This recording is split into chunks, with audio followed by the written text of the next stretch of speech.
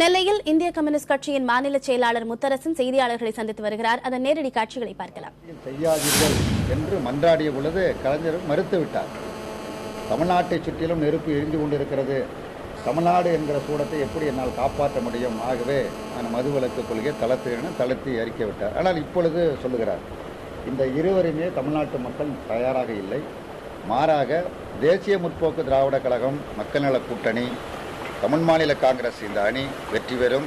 இதனுடைய கூட்டணி ஆட்சியில் பரிபூர்ண மதுவிலக்கு, பூரண மதுவிலக்கு பீகார் மாநிலத்தில் நிதிஷ்குமார் எப்படி கொண்டு வந்தாரோ அதேபோல் தமிழ்நாட்டிலும் பூரண மதுவிலக்கு உறுதியாக அமுல்படுத்தப்படும். அது மாதிரி தமிழ்நாட்டில் ஒரு மிகப்பெரிய தொழில் விவசாயம்தான். விவசாயத்துக்கு அடுத்து தான் மற்ற தொழில்கள்.